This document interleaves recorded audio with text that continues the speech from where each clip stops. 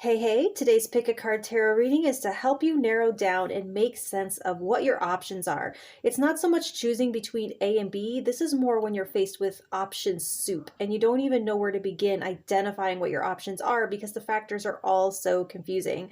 I'm Eleanor, by the way. This is stack 1, safety, stack 2, embracing differences, and stack 3, stay focused. Oh, I want to show you the cat on each one. You have that cat right there. This one has the cat and the dog, and stack 3 has the cat and the fish. So they are timestamped below, and let's get to it. All right, stack 1. Your affirmation is, I choose happy and loving thoughts. I feel good and express love for myself and others with safety. And then you have, oops, pick them all 3 up. King of Water, the dragonfly. The Hierophant, white crane. And then you have the Magician with the fox. All right, let me get settled here. Okay, so first things first, before setting about exploring your options, it's wise to wait until you're in an emotionally stable space and not to try to do it when you feel any type of extreme, good or bad. Allow your feelings to reach kind of a state of at least closer to equilibrium and get yourself to emotional safety. The second thing to be mindful of is being emotionally behind the choice that you do end up making. If all of the other factors point to a certain decision and part of you feels icky about it, just strike it out as an option. It's not even one of the possibilities anymore.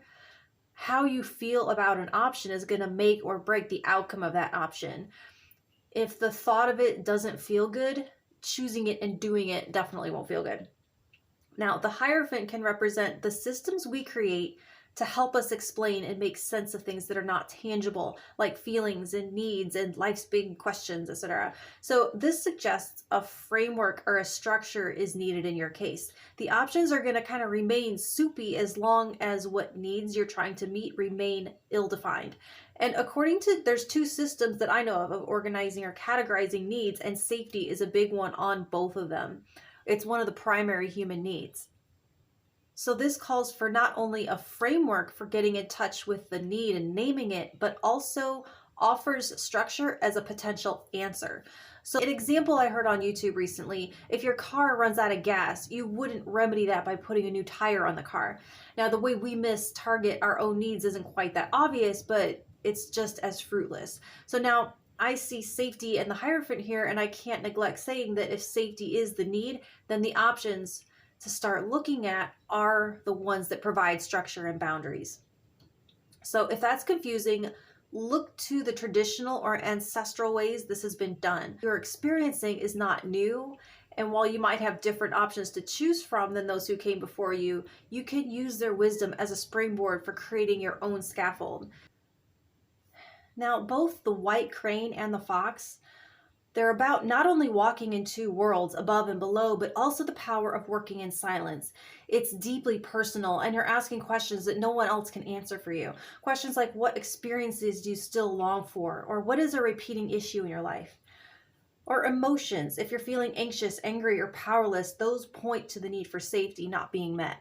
So when you're exploring your options, you're looking for ways to create safety through structure. For some of you, this is a method for organizing and creating order out of the chaos of your options. For others, it means peering into the chaos of your options and looking for the ones that offer safety and structure. Draw them out of the manifestation cauldron, lay them out on the table to explore and analyze further. You might have to become a certain type of detective. I feel like this is calling for some kind of information tracking or journaling to find connections in the details. Like, put on paper what you're working with, a budget, a schedule, a cycle tracker. See, the Magician's capabilities are not so mysterious. They just make holistic use of everything available. Okay, so quick recap and breakdown. First, safe space to feel and name your feelings. Then with a little research, you can match those feelings up with an unmet need. Now, with that need named, the options that match with things that will meet that specific need will all start to emerge. Externalize the information in a physical sortation structure to get it out of your head and onto paper where you can see everything in one place all at once. While that will vary for everyone, this reading is hinting that for some, the options that do emerge to consider are ones that will continue to provide structural safety. And this also reminds me that our outer world is a reflection of our inner world, and to create order, structure, and safety in one, that's reflected back in the other. And there's an inner conflict here between freedom and security, and a non-recognition that freedom is only possible rooted in some kind of degree of security. They are not mutually exclusive, but they're interdependent. Like confusion could be arising out of trying to separate two things that are interdependent. So create the security, and from it your freedom blossoms. Create the lattice on which your vine is going to climb. Okay, I hope that makes some sense, pile 1. Thank you. Okay, pile 2. Your affirmation is, I dare to dream of wonderful things happening in my life, with embracing differences. And you have the 3 of water, the silk moth,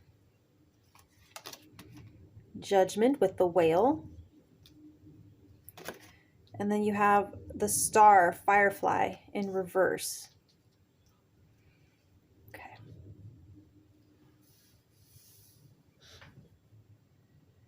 Before I really dive in, the first thing that smacked me in the face was the star in reverse with this affirmation about daring to dream wonderful things. The affirmation is apt because the star in reverse indicates a suppression of hopes and dreams, a shutting down of imagination or misuse of imagination to generate hopeful imagery. There's a reason though, and we'll get there. Like, I'm not sure you've always been surrounded by the right people. There's a need here to look at your social influences, because something about the 3 of Cups with the embracing differences and the star reverse says that the options you're seeing are fuzzy because they do not resonate with you, because they're based on fitting in, when what you're searching for is actually belonging, the option that allows you to be the fullest expression of yourself. Firefly in reverse, how can that not be dulling your light in some way? And the whale talks about your creative expression, but also it's an animal that lives in groups. So there's something about suppressing your creativity to fit what the group would respond to and not what you really want to say. They're saying that your best options are the ones that are going to help differentiate yourself, and that you don't find your people and then express yourself. It's like your real expression, that's what calls them towards you. People don't want more of the same, they're looking for different. I mean, at least your people are. So the sorting structure to use for what it feels like confusing options is intent. Is this option good for blending in, or is this option an expression of who I really am and what I really feel? Does this option match up to what I want to say in the world? Some other questions to ask are you trying to do something new using old methods? Are you looking for options among what others are already doing, and your option might be something that no one else is doing? And there's also something here about internalizing the pessimism of others. Like, have you been shamed at some point because of your optimism? So would that make you shut down considering certain options because they seem too hopeful? It says even if you include the more realistic options, don't shut those optimistic ones down, because then they will be impossible. In a nutshell, I just see that your options, they feel nebulous and none of them are standing out to you because they're not authentic to you. They've been presented to you from outside, like a menu at a restaurant that you don't like. It's like, you're looking for steak and the vegan menu you're perusing just looks like a swirling wall of meh. Or you're looking for a healthy vegetarian option at a steakhouse and even the veggie sides are cooked in bacon fat, or something. Like, I had to present both sides of the metaphor, right? I'm not biased. But it's funny because the 3 of Cups and the Judgment, the meanings in this deck are kind of reversed from the traditional. The silk moth is about awakening and the whale is about self-expression and your social substrate. It's just kind of odd, but you might have to awaken your voice within yourself and then use it to navigate to your true support structure, or for them to find you. This says that, like, by their fruits you shall know them, and they can't find you if you aren't being you. Allow yourself the optimistic, hopeful option. You don't have to choose from that negative menu. Go to your favorite restaurant, metaphorically speaking, where you do like what's being offered. Your difference, that's your superpower and your access key to unlocking your real pool of options. So it looks like the options to dull yourself and fit in all feel icky, and that's why they feel confusing. So express who you really are and then see how the options for belonging do start to materialize. Okay, I hope that helps, stack 2. Thank you. All right, stack 3.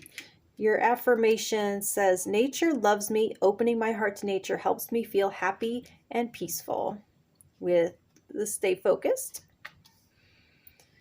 All right, and then you have the 8 of Wands, rat snake. This is the Queen of Wands, crocodile. She's reversed. And then you also have the 10 of Cups in reverse, the grasshopper.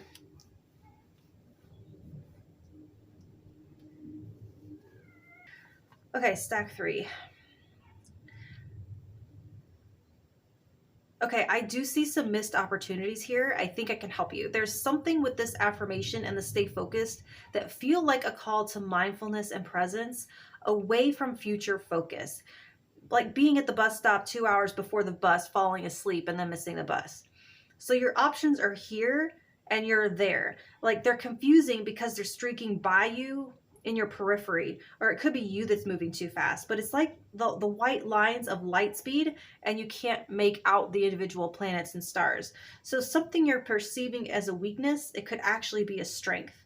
And I'm worried that you're getting impatient with yourself and overcompensating or overcorrecting, or something isn't happening fast enough so your attention wanders and you miss the thing.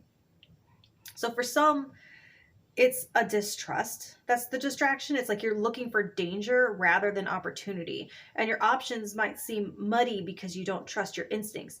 I feel like you might have been labeled impulsive in childhood, and now you over second guess yourself into paralysis.